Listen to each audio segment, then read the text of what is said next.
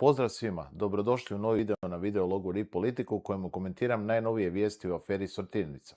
Sortirnica je bila EU sufinancirani projekt izgradnje postrojenja za sortiranje otpada u Mihačevoj Dragi i u Rijeci. Ideja je bila modernizirati sustav gospodarenja otpadom i unaprijediti cirkularnu ekonomiju. Europski javni tužitelj pokrenuo je istragu zbog sumnji na zlouporabu položaja i ovlasti u provedbi javne nabave projekta Sortirnica. Dvoje odgovornih, projektant i službenik grada Rijeke, priznalo je krivnju i nagodilo se s tužiteljstvom, a tvrtka koja je dobila povlašteno postupanje platila je kaznu i vratila dio novca. Postupci protiv bivše gradske pročelnice Irene Miličević i bivše direktorice KD Čistoće Jasne Kukuljan se još vode.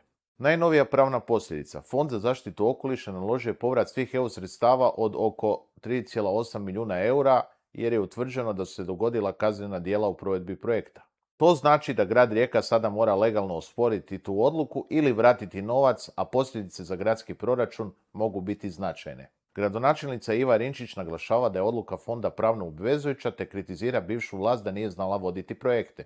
Sortirnica je smatra postala simbol aljkavosti i korupcije u vođenju projekata. S druge strane, bivši gradonačelnik Vojko Obersnel tvrdi da je odluka o povratu sredstava donesena prerano jer nisu još gotovi svi sudski procesi i upućuje na pozitivan ishod u žalbenom procesu. Njemu je smiješno, pod navodnicima, naslađivanje gradonačelnice Rinčić i prozivanje bivše uprave te njega osobno, jer je u njegovo vrijeme osigurano par stotina milijuna eura za EU projekte.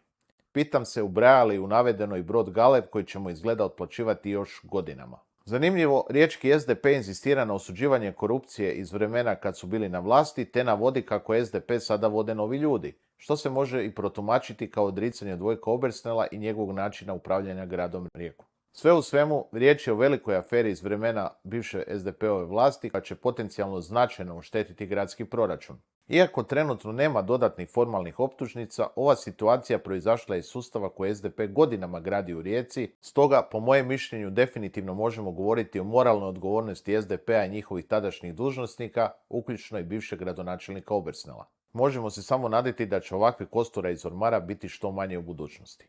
Toliko za danas. Ako vam se sviđa ovaj sadržaj, zapratite RI Politiku na društvenim mrežama, poveznice su u opisu ovog videa. Do idućeg puta, do slušanja.